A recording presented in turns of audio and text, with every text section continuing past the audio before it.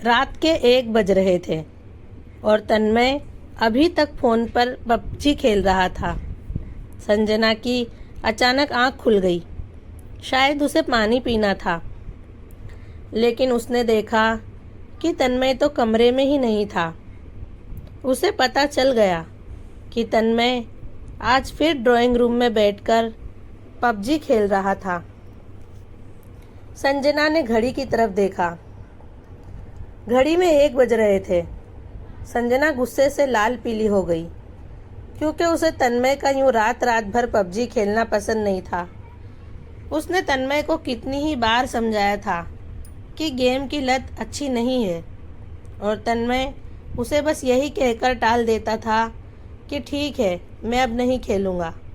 इसके बावजूद भी वो चुपके से पबजी खेलने बैठ जाया करता था, क्योंकि वो गेम का आदी हो चुका था। संजना कमरे से बाहर निकली और गुस्से में सीढ़ियों से उतरते हुए ड्राइंग रूम में आई और तन्मय के सामने आकर खड़ी हो गई। लेकिन तन्मय अपनी गेम में इतना खो चुका था कि उसे पता ही नहीं चला कि संजना उसके सामने खड़ी है। संजना ने तन्मय के हाथ से फ़ोन छीन लिया और ज़ोर से ज़मीन पर पटक दिया। ये देखकर तन्मय का हाथ उठ गया। उसने संजना को थप्पड़ मार दिया। तन्मय ने आज से पहले कभी संजना पर हाथ नहीं उठाया था, लेकिन ये सब इतनी जल्दबाजी में हुआ कि तन्मय की आंखें फटी की फटी रह गई। उसने अपना हाथ जोर से दीवार में दे मारा। संजना ने कहा, ये नौटंकी करने की कोई ज़रूरत नहीं है। मुझे पता चल गया है कि मेरी तुम्हारी ज़िंदगी में क्या अहमियत है। अच्छा किया जो तुमने मुझे थप्पड़ मार दिया, वरना मैं तो तुम्हारे ऊपर अपना अधिकार समझती ही रहती। लेकिन तुम अपनी लत के गुलाम बन चुके हो। तुम्हें कोई मतलब नहीं कि घर में तुम्हारी बीवी है, तुम्हारे बच्चे हैं, उन्हें तुम्हारी ज़रूरत है।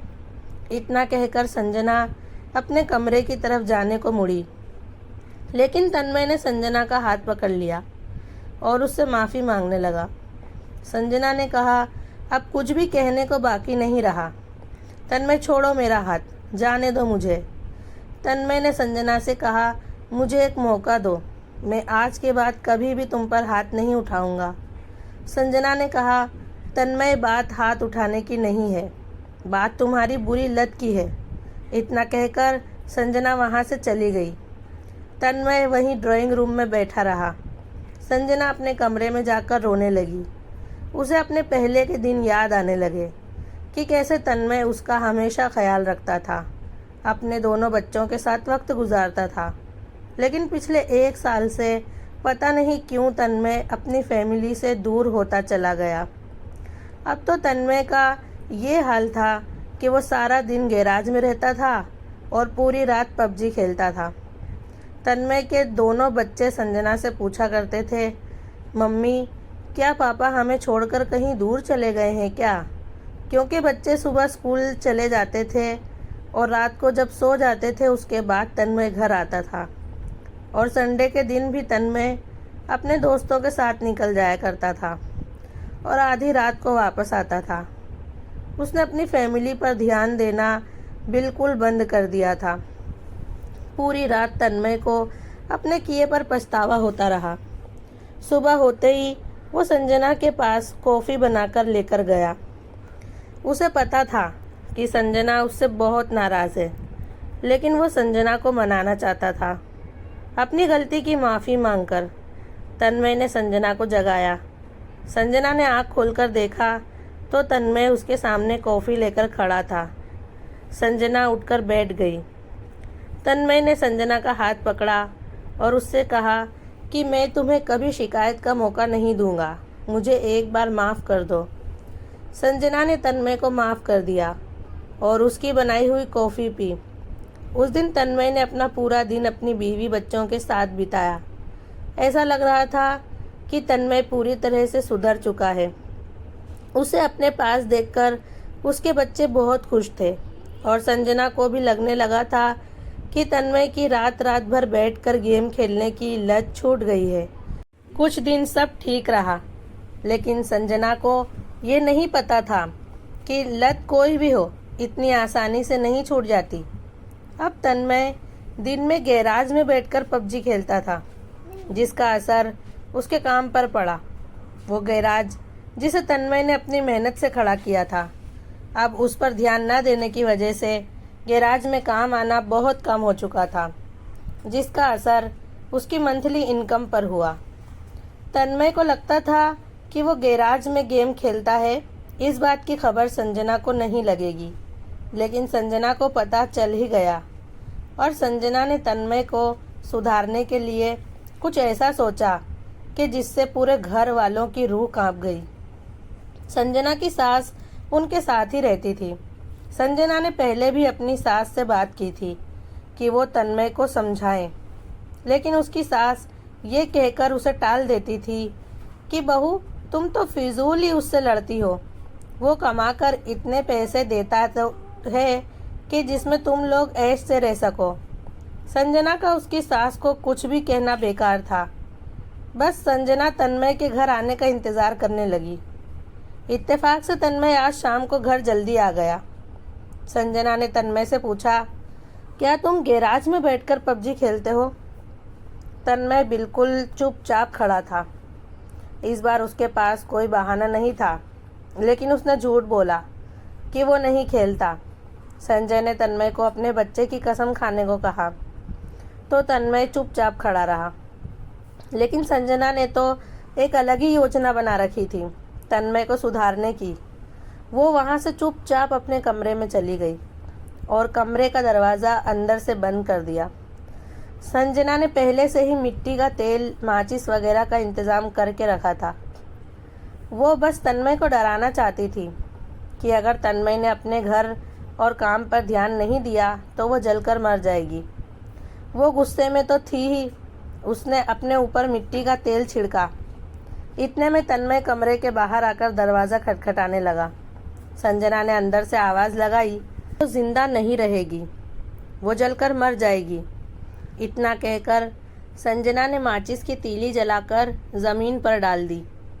लेकिन संजना को अंदाज़ा नहीं था कि मिट्टी का तेल तो ज़मीन पर भी गिरा था और ज़मीन से आग संजना के कपड़ों तक आ गई और संजना ज़ोर ज़ोर से चिल्लाने लगी। संजना को यूँ था कि तन्मय दरवाज़ा खोल लेगा, लेकिन गुस्से में उसने गलती कर दी थी। उसने दरवाजे को 2 जगह से लॉक कर दिया था। तन्मय के बहुत कोशिश करने के बावजूद भी दरवाज़ा खुला नहीं। उसके बच्चे दौड़कर पड़ोसियों को बुला लाए और सब ने मिलकर दरवाजे को तोड़ा। लेकिन अफसोस, जब तक दरवाज़ा टूटा संजना 90% जल चुकी थी। संजना को देखकर तन्मय की चीख निकल गई। बड़ी मुश्किल से तन्मय और उसके पड़ोसियों ने आग बुझाई और संजना को गाड़ी में लेकर अस्पताल पहुँचे। लेकिन अस्पताल पहुँचते ही संजना का दम टूट चुका था। फिर भी वो लोग संजना को अस्पताल के अंदर लेकर गए। डॉक्टर ने पहले तो पुलिस केस करवाया, फिर संजना को देखा और बता दिया कि संजना इस दुनिया में नहीं रही। फ़ौरन वहाँ पुलिस वाले आ चुके थे। उन्होंने तन्मय को हिरासत में लिया। काफ़ी घंटे तक पूछताछ करने के बाद तन्मय को अरेस्ट कर लिया गया। लेकिन तन्मय इतना बदहवास हो चुका था कि उसे पता ही नहीं चल रहा था कि अब उसके साथ क्या हो रहा है। बड़ी मुश्किल से तन्मय के बड़े भाई ने डेड बॉडी को घर ले जाने की परमिशन ले ली और वकील के थ्रू अपने भाई तन्मय को भी घर ले गया। पलक झपकते ही घर में ऐसी वारदात हो चुकी थी जिसका किसी ने सपने में भी अंदाज़ा नहीं लगाया था। दोनों मासूम बच्चों का रो रो कर बुरा हाल था। उन बच्चों को रोता देखकर तो पत्थर दिल भी रो दे, मगर तन्मय की आंखों से आंसू नहीं निकल रहे थे। वो गहरे सदमे की खाई में पहुंच चुका था। उन क्षणों के लिए वो बिल्कुल पागल सा हो गया था। सबकी बड़ी कोशिशें के बाद तन्मय का दर्द फूटा और वो अपने दोनों बच्चों को सीने से लगाकर रोने लगा। उसकी एक लत की वजह से उसका पूरा संसार बिखर कर रह गया था और वो खुद कहने लगा कि संजना की मौत मेरी वजह से हुई है, मुझे इसकी सज़ा मिलनी चाहिए। और पुलिस वालों ने भी संजना के मायके वालों के केस करने की वजह से तन्मय को गिरफ्तार कर लिया।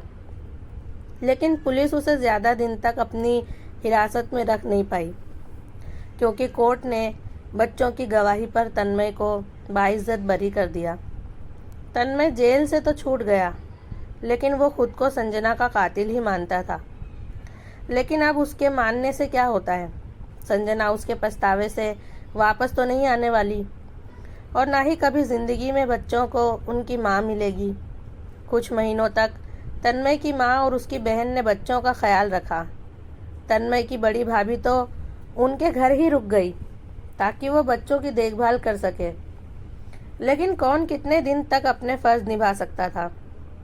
सबने तन्मय को जोर देना शुरू कर दिया कि वो दूसरी शादी कर ले, लेकिन तन्मय ने किसी की एक न सुनी। उसने दूसरी शादी करने से साफ इनकार कर दिया, और ये बात घर वाले भी जानते थे कि तन्मय ने जो एक बार कह दिया तो वो किसी की नहीं सुनेगा।